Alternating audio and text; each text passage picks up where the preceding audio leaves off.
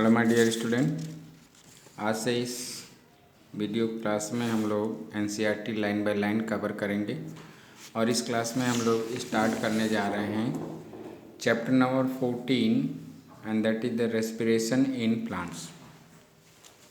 My dear student, NCERT line by line इसमें हम लोग कवर करेंगे और सबसे पहले एनसीईआरटी के इस चैप्टर से पूरा कंप्लीट एनसीईआरटी के इस चैप्टर रेस्पिरेशन इन प्लांट्स को पढ़ने के बाद हम लोग क्या सीख पाएंगे, एनसीईआरटी यहाँ पे कह रही है। तो सबसे पहले हम लोग सीखेंगे how do plants breathe. Then after will study या विल लर्न अबाउट ग्लाइकोलिसिस। इसके बाद fermentation, next aerobic respiration, next respiratory balance sheet. इसके बाद हम लोग सीख पाएंगे कि एम्फीबोलिक पाथवे क्या होता है और फिर हम लोग सीख पाएंगे कि रेस्पिरेटरी कोएफिशिएंट क्या होती है। तो आइए हम लोग शुरू करें respiration in plants, NCERT line by line. सबसे पहले हम लोग समझेंगे कि रेस्पिरेशन क्या है। तो एनसीईआरटी बोलती है कि all of us breathe to life. हम सभी लोग जीवन जीने के लिए क्या करते हैं? ब्रीदिंग करते हैं। But why is breathing so essential to the life? हमारे लिए ब्रीदिंग क्यों जरूरी है? So this question is very important to be understand this NCERT line. First line is just mentioning that कि what the breathing is, what the breathing is, what is the breathing? तो सबसे पहले हम लोग समझेंगे कि ब्रीदिंग क्या है बाबू। तो breathing is just nothing, it is the gaseous exchange. Gaseous exchange को ही हम लोग क्या कहते हैं? ब्रीदिंग कहते हैं। अब गैसियस एक्सचेंज का मतलब क्या? तो किसी भी पर्टिकुलर या तो ऑर्गेनिज्म यूनिसेलुलर हो या फिर ऑर्गेनिज्म क्या हो? मल्टी सेलुलर हो। मल्टी सेलुलर और यूनिसेलुलर ऑर्गेनिज्म का मतलब क्या है कि यदि ऑर्गेनिज्म की पूरी बॉडी एक सिंगल सेल से बनी हो तो इस प्रकार के ऑर्गेनिज्म को हम लोग क्या कहते हैं? Unicellular organism. और मल्टी सेलुलर ऑर्गेनिज्म का मतलब कि उस ऑर्गेनिज्म की जो बॉडी है मोर देन वन सेल से मिलकर के बनी हो, मोर देन वन सेल से मिलकर बनी हो। तो इस प्रकार के ऑर्गेनिज्म को हम लोग क्या कहते हैं? मल्टी सेलुलर का। तो चाहे ऑर्गेनिज्म यूनिसेलुलर हो चाहे ऑर्गेनिज्म मल्टी सेलुलर हो, इसके केस में, इन दोनों ही केस में गैसियस एक्सचेंज होगा।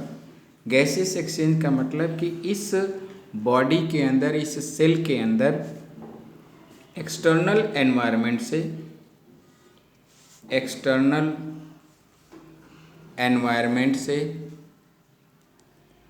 इंटरनल एनवायरनमेंट यानी बॉडी के अंदर ऑक्सीजन का अंदर एंटर करना और कार्बन डाइऑक्साइड का बाहर आना, this phenomena is called as the gaseous exchange, या इसी को हम लोग सिंपल भाषा में ब्रीदिंग कहते हैं।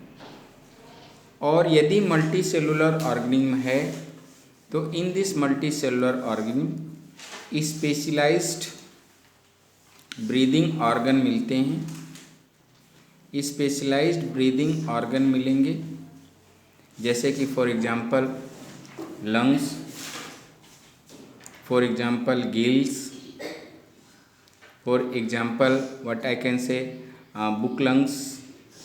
तो इस तरीके से स्पेशलाइज्ड ब्रीदिंग ऑर्गन मिलेंगे जिससे कि गैसेस एक्सचेंज होता है। इसका मतलब कि एक्सटर्नल एनवायरनमेंट से oxygen inside into the body and from the inside of the body carbon dioxide will remove off.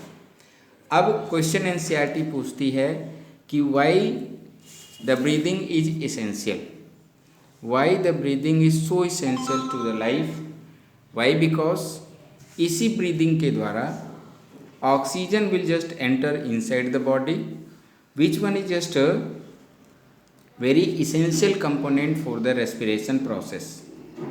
And we know that during the respiration there is the release of the waste, that is the carbon dioxide, and that carbon dioxide has to be removed from the body. So sincerely what we can say, during the respiration process there is the release of oxygen which has there is the release of the carbon dioxide which has to be removed from that one, and during the respiration process oxygen is very essential for release of the energy. So that's why this breathing is essential. What happens when we breathe, क्या होता है, तो already जब हम लोग breathe करते हैं तो oxygen is just enter in our body and carbon dioxide will remove from the body. Also do all living organ, क्या सारे ऑर्गेनिज्म ब्रीदिंग करते हैं? Yes sir, including plants and microbes breathe. If so then how?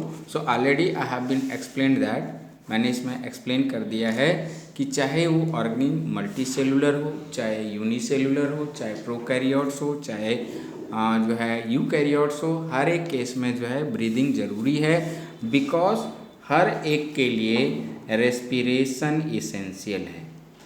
क्या है? Respiration क्या है? Essential है. अब हम लोग समझेंगे कि what the respiration is.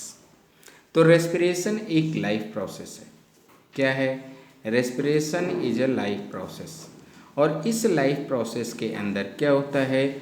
Energy release होती है. एनर्जी क्या होती है? रिलीज होती है, यानी release of energy takes place. Release of energy takes place कहाँ से? From the food. फूड क्या है? एक स्टोरेज फॉर्म ऑफ एनर्जी है. एक स्टोरेज फॉर्म ऑफ एनर्जी है फूड के अंदर जो है एनर्जी स्टोर होती है. किसके टर्म में स्टोर होती है? तो in the terms of chemical bonds. Chemical bonds के अंदर एनर्जी क्या होती है? स्टोर होती है. और इसी फूड से एनर्जी का रिलीज कराना, जिस प्रोसेस के द्वारा एनर्जी रिलीज होती है, that life process it is called as the respiration.